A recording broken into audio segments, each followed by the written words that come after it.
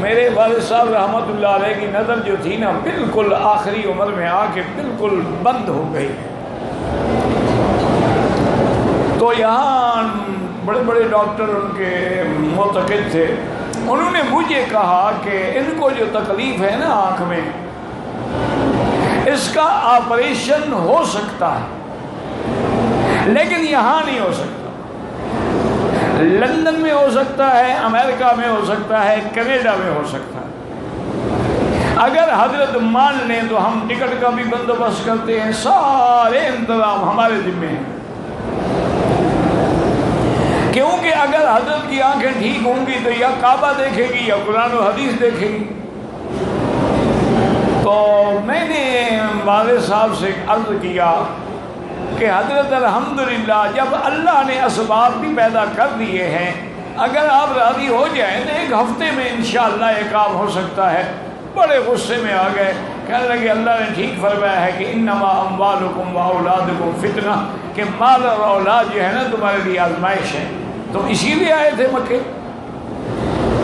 کہنے لگے کیا کہہ رہے ہو؟ القیام فیہا سعادت والخروج منہا شقاوت. مکے میں رہنا سعادت ہے اور نکلنا بدبختی ہے. تم مجھے بدبخت بنانا چاہتے ہو؟ میں آنکھوں کے لیے مکہ چھوڑ دوں؟ کیا کہہ رہے ہو؟ باقی اللہ نے میری آنکھیں لے لی ہیں تو کوئی بات نہیں. حدیث حضور کی من اخذ حبیبتہ فی آخر عمرہ وجبت لہ الجنہ، کہ جس بندے کی آخری عمر میں اللہ آنکھیں لے لے، نابینا ہو جائے اور مر جائے، اس کے جنت واجب ہو جاتی. تو اللہ نے میرے لیے جنت کا اسباب پیدا کر دیے اور تم مجھے محروم کرنا چاہتے ہو. یعنی آپ حیران ہوں گے، مجموعی طور پر والد صاحب نے تقریباً 40 سال یہاں پڑھایا ہے، اور ایک دن جتنے بھی نہیں گئے، خود اندازہ کریں، یعنی جتنا دیکھنے کے لیے بھی نہیں گئے، بس یا حرم یا گھر.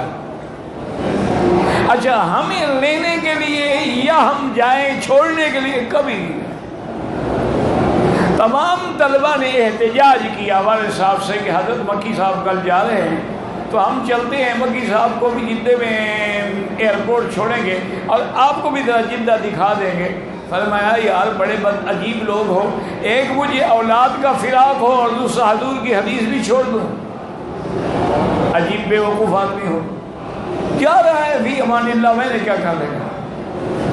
یعنی اندازہ فرمائے کہ یہ ان لوگوں کا تھا کہ ہم ایک گھنٹے کے لیے بھی حرم سے باہر نہ نکلیں. تو اس لیے جتنے دن اللہ نے آپ کو دیے ہیں، میری گزارش ہے درود شریف پڑھیں، استغفار پڑھیں، قرآن پاک ختم کرنے کی کوشش کریں، اور موقع ملے، اب روز بروز رش کم ہوتا جائے گا تو طواف کرنے کی کوشش کریں.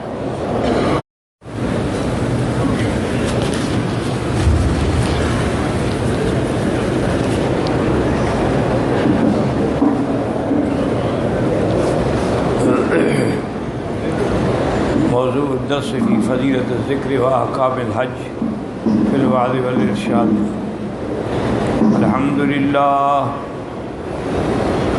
الحمدللہ وکفا والصلاة والسلام علی خاتم الانبیاء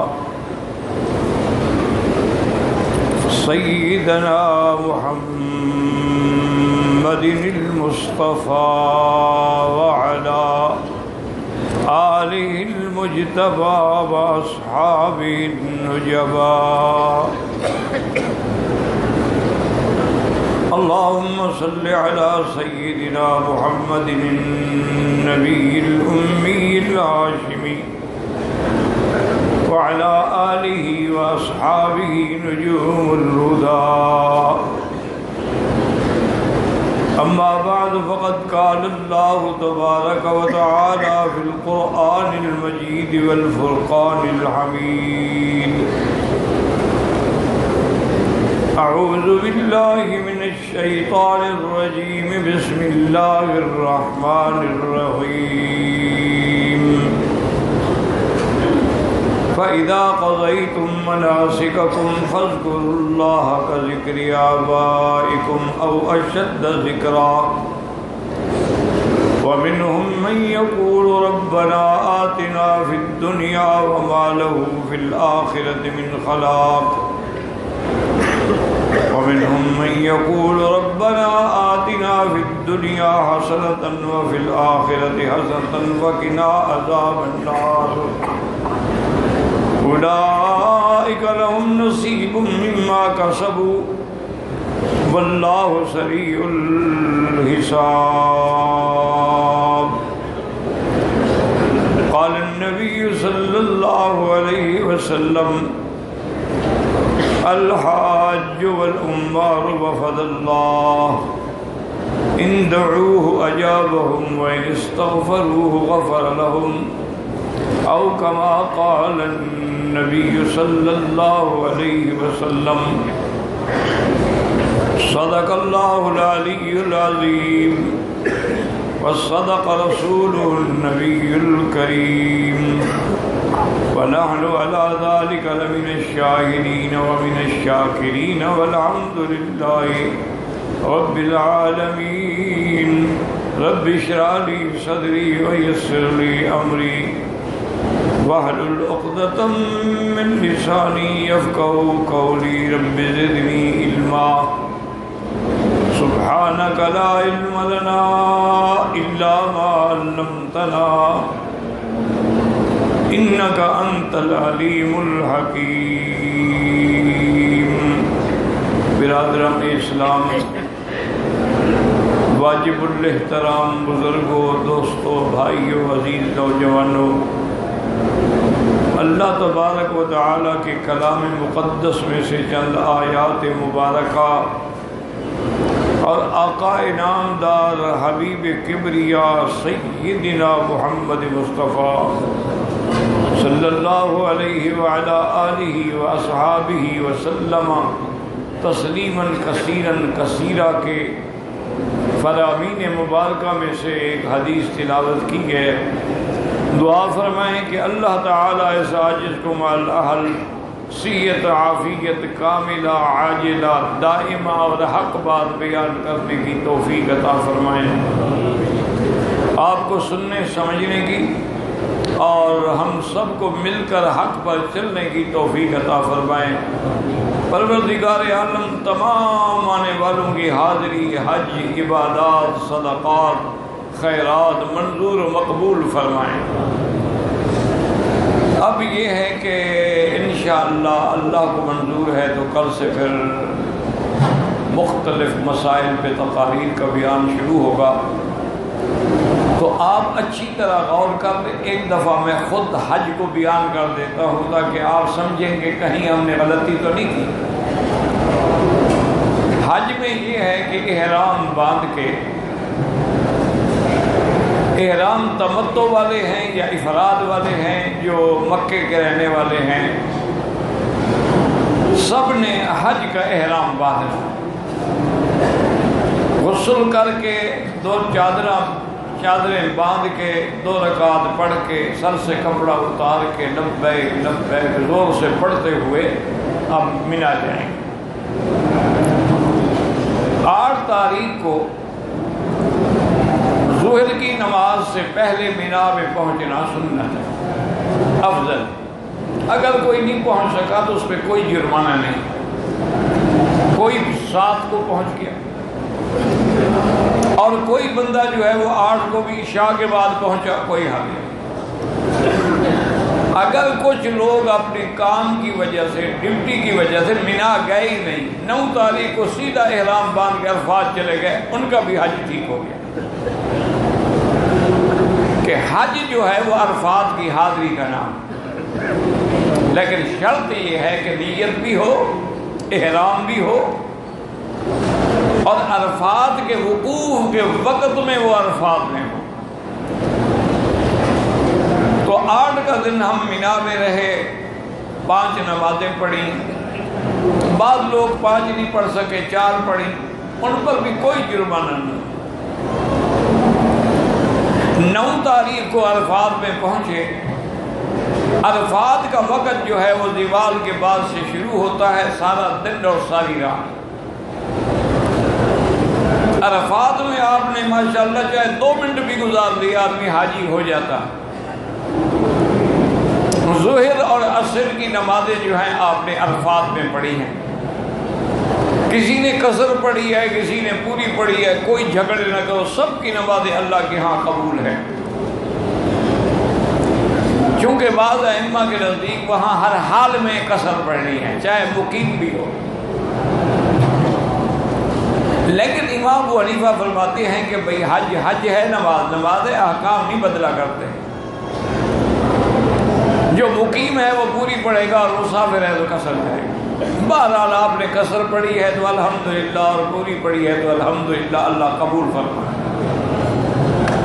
پھر سارا دن دعاؤں میں گزرا، سورج غروب ہونے کے بعد ہم عرفات سے نکلے، رات کو ہم مزدلفہ میں پہنچے، اور مزدلفہ میں کوئی جلدی پہنچا، کوئی دیر سے پہنچا، کوئی 12 بجے رات کو پہنچا، کوئی 2 بجے، کوئی حرج نہیں، کیونکہ وہ عرفات سے نکل پڑا، اب اللہ کے ہاتھ میں ہے کب پہنچا ہے۔ مزدلفہ میں پہنچنے کے بعد اذان 1 ہوگی، تکبیریں 2 ہوں گی۔ پہلے ہم 3 رکعت مغرب پڑھیں گے، اس کے بعد سنت نفل نہیں پڑھیں گے، پھر فوراً تکبیر اور عشاء کی نماز پڑھیں گے۔ اس کے بعد پھر اللہ جتنا ہمت دے، کسی کو سنت پڑھے، نفل پڑھے، لیکن وتر ضروری پڑھنے کیونکہ وہ واجب۔ اور مزدلفہ میں آرام کیا، قیام کیا، اور صبح کی نماز مزدلفہ میں پڑھے کہ وقوف مزدلفہ واجب ہے، اگر کسی نے چھوڑا ہے تو وہ دم پڑ جاتا ہے۔ ہاں جو لوگ بیمار ہیں یا ان کی ڈیوٹی ہے حرم میں یا کسی اور مقام پہ، ان کو اجازت ہے کہ وہ آدھی رات کے بعد 12 بجے رات کے بعد مزدلفہ سے بنا کو چل پڑے، پھر ان پہ کوئی دم نہیں ہوگا۔ لیکن اگر کوئی عذر نہ ہو تو پھر لازماً فجر کی نماز جو ہے 10 تاریخ کی مزدلفہ میں پڑھی جائے۔ نماز پڑھنے کے بعد، لمبی دعا کرنے کے بعد، تکبیرات کہنے کے بعد جو ہے ہم مینا کو چل پڑے۔ 10 تاریخ کو مینا میں پہلا کام یہ ہے کہ جمرۃ العقبہ پہ 7 کنکریاں مارنی ہیں، اللہ اکبر،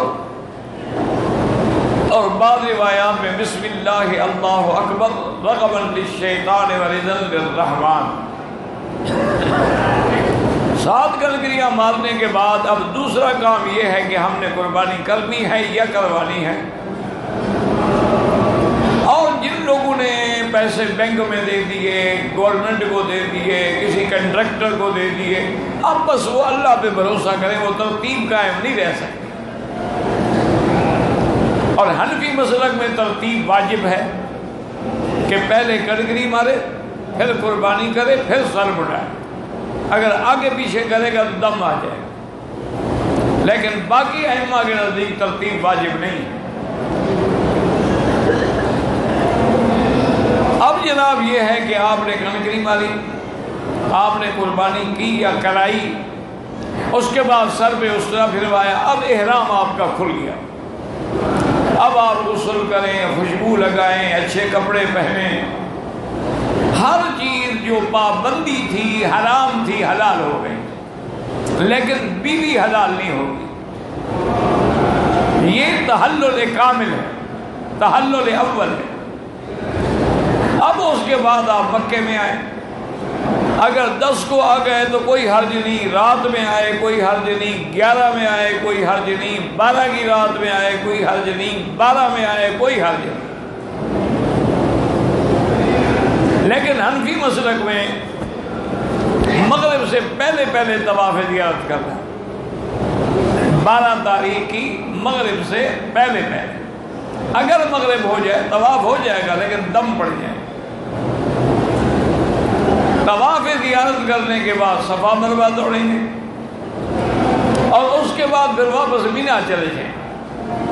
اگر کسی کی یہاں رات ہو گئی، صبح کی نماز ہو گئی، کوئی حرج نہیں۔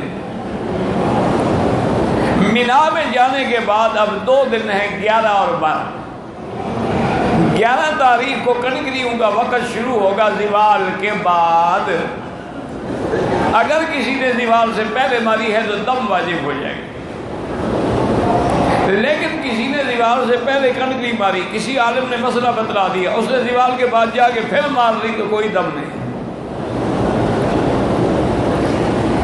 11 تاریخ کو ہم نے سب سے پہلے اولا یعنی چھوٹے شیطان پہ 7 کنکریاں مارنی ہیں، اور اس کے بعد درمیانے پہ مارنی ہیں، پھر بڑے پہ مارنی، پھر واپس مینا جانا ہے۔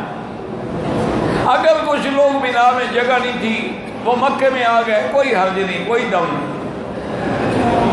مینا میں رہیں تو مبیت سنت ہے، اجر ہے، ثواب ہے، لیکن دم نہیں پڑتی ہے نہ رہنے سے۔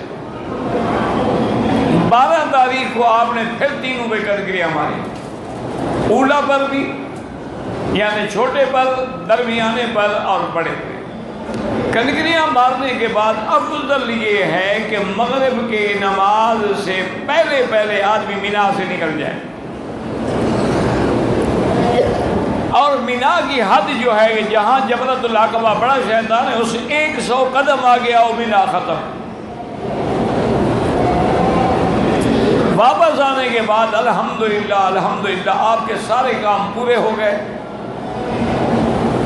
اگر ان دنوں کے اندر کوئی عورت، میری بیٹی میری بہن اپنے ایام حیض میں تھی تو وہ ناپاکی کی حالت میں طواف زیارت نہیں کر سکتی،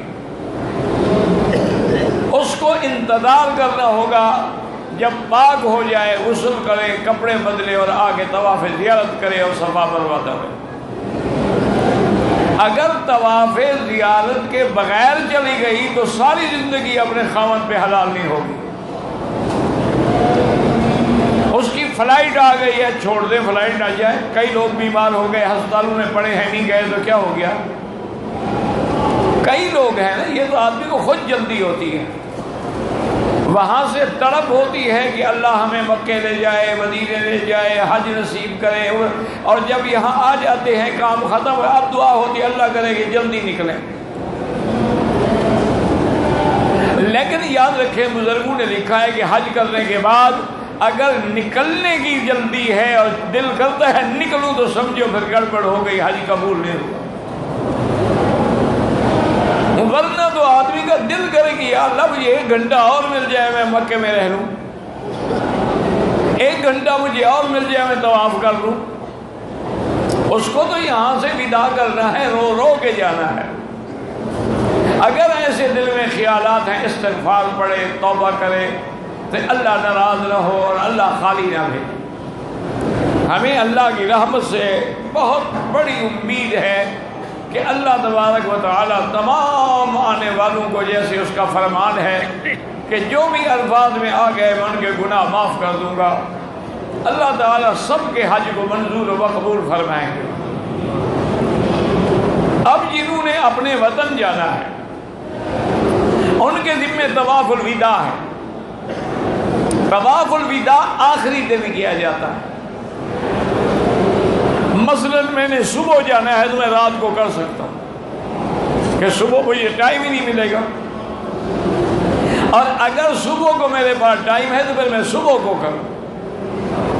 طواف الوداع کا معنی یہی ہوتا ہے ان یکون آخر العہد بالبیت الطواف، اللہ کے گھر کا آخری کام آپ کا جو ہو وہ اللہ کے گھر کا طواف، اور اس طواف میں یہ دعا کی جاتی ہے کہ اللہم لا تجعل، یا اللہ یہ میرا آخری پھیرا نہ ہو بلکہ جب تک زندگی رہے مجھے ہمیشہ آنا نصیب فرما۔ اور طواف الوداع کے بعد الٹے پاؤں چلنا جو ہے یہ بدعت ہے، یہ لوگوں نے گھڑ رکھا ہے، نہ یہ ادب ہے نہ یہ شریعت کا حکم۔ اگر تمہیں کعبۃ اللہ کو بار بار دیکھ رہے ٹھہر جاؤ، دیکھ لو پھر چل پڑو، لیکن الٹے پاؤں جانا جو ہے نہ ادب میں شامل ہے اور نہ کبھی حضور پاک نے ایسا فرمایا نہ صحابہ نے ایسا فرمایا۔ طواف الوداع کے بعد آپ روانہ ہوں گے، اور جن میرے دوستوں نے بزرگوں نے مدینہ منورہ جانا ہے وہ بھی طواف الوداع کر کے مدینہ منورہ جائیں گے، کیونکہ پھر ہو سکتا ہے کہ ان کی فلائٹ ہی مدینے سے ہو، یا ان کی فلائٹ تو جدے سے ہو، لیکن مدینہ منورہ سے بسیں جدے میں لے جائیں گی اور پھر جدے سے فلائٹ پہ جائے گا، اس لیے اس کا طواف الوداع اگر رہ گیا تو دم پڑ جائے گا۔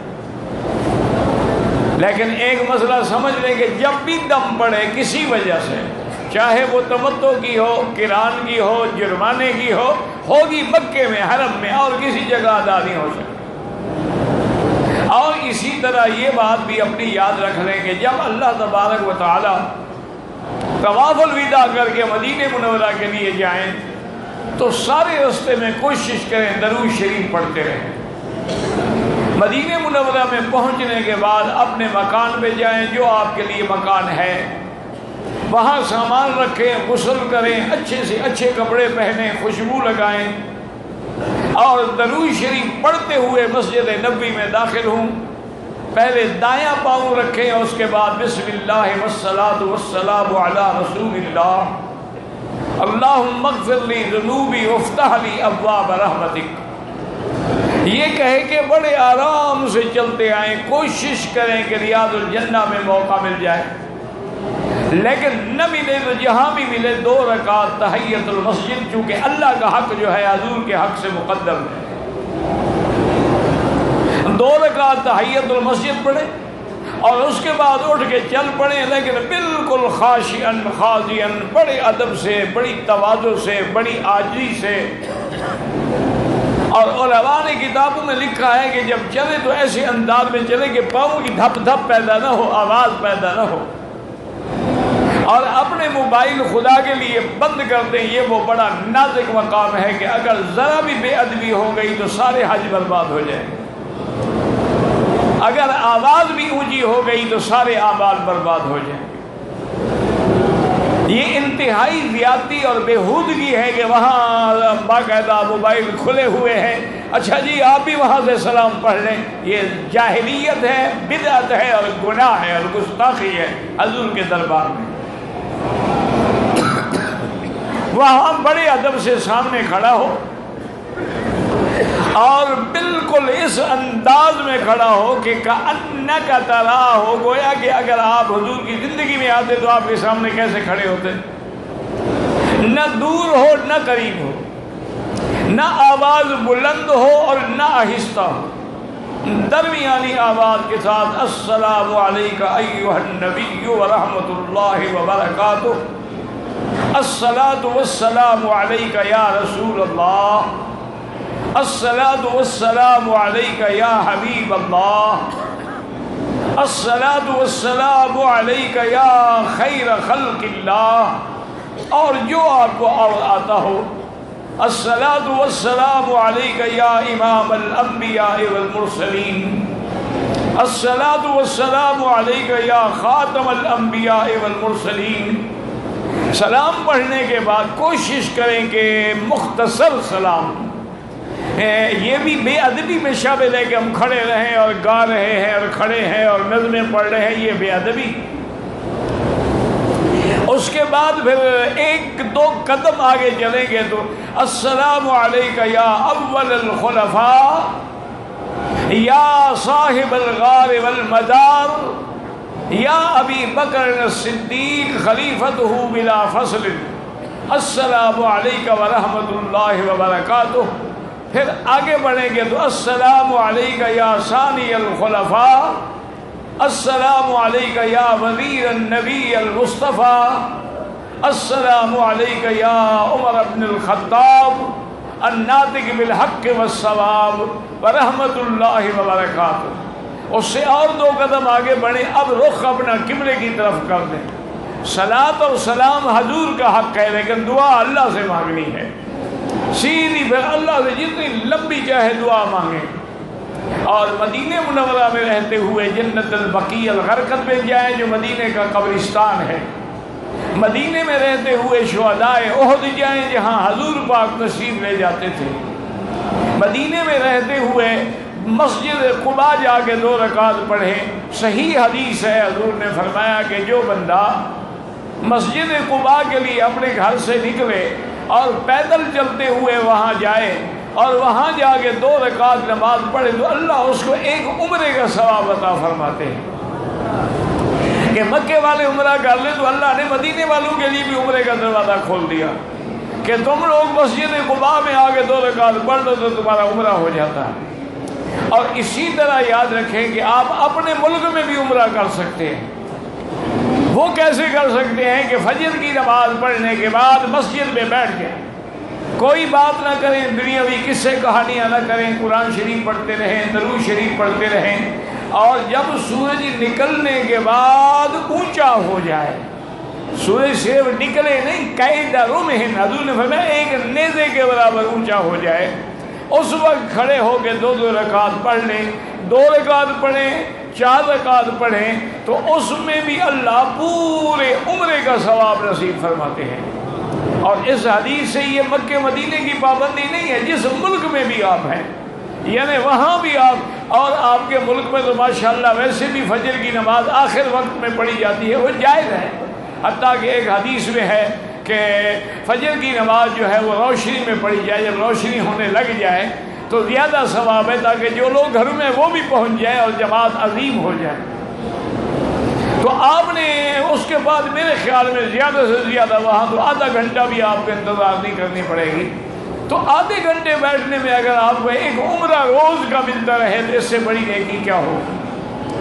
اب جتنا دن مدینہ شریف میں رہیں بڑے ادب سے رہیں، اور تمام جو وظیفے پڑھتے ہو نا سب چھوڑ دو، صرف درود شریف پڑھو، اور درود شریف جو افضل اور اعلیٰ ہے وہ درود ابراہیمی ہے جو نماز میں ہے، کیونکہ یہ درود حضور پاک نے بتلایا ہے، حضور پاک نے سکھلایا ہے، اور حضور پاک نے خود یہی درود شریف پڑھا ہے، تو لہذا باقی درود جو ہے وہ تو لوگوں نے لکھے ہیں نا کہ یہ درود لکھی ہے اور یہ درود ناری ہے اور یہ درود نوری ہے، تو وہ تو لوگوں کے لکھے ہوئے ہیں، حضور پاک نے تو نہیں لکھا، حضور پاک نے یہی درود پڑھا ہے جو آپ نماز میں پڑھتے ہیں۔ اس کو جتنا ہو سکے کم از کم 2000 4000 دفعہ روز درود شریف پڑھیں، استغفار پڑھیں، اور مسجد نبوی میں بیٹھ کے قرآن ختم کرنے کی کوشش کریں۔ کم از کم آپ کے پاس 8 دن تو کم از کم ہوں گے نا، تو اس لیے اگر آدمی 2 3 پارے بھی کر لے تو کوئی مشکل نہیں ہے کہ قرآن ختم نہ کر سکے۔ اور جتنے دن مدینے میں رہیں ادب سے رہیں۔ مکہ مکرمہ کا تحفہ جو ہے وہ ماء زمزم ہے، اور مدینہ منورہ کا تحفہ جو ہے وہ مدینہ پاک کی کھجوریں ہیں۔ اب کھجور جتنا کسی کی طاقت ہے وہ اجوا لے لے، وہ عنبر لے لے، وہ کلمہ لے لے، کوئی بھی کھجور جو اس کے مقدر میں ہے اور نصیب میں ہے اور جتنی طاقت ہے، کیونکہ اجوا زیادہ مہنگی ہوتی ہے، عنبر بھی مہنگی ہوتی ہے، اچھی جو ہے وہ کم از کم 70-80 ریال کلو سے کم میں نہیں ملے گی۔ تو اس لیے بہرحال کوشش کریں کہ جتنا وقت آپ کا مدینہ پاک میں گزرے، آپ جا رہے ہیں، گھر آ رہے ہیں، بس میں بیٹھے ہوئے ہیں، وضو ہے نہیں ہے، زبان پہ درود شریف ہو، جتنا درود شریف زیادہ پڑھو گے اتنا امید ہوگی آپ کی حاضری کے قبول ہونے کی۔ اصل چیز جو ہے وہ یہی ہے کہ آپ کثرت سے درود شریف، تو الحمدللہ یہ تقریباً میں نے یعنی خلاصے کے طور پہ احکام بیان کر دی ہے۔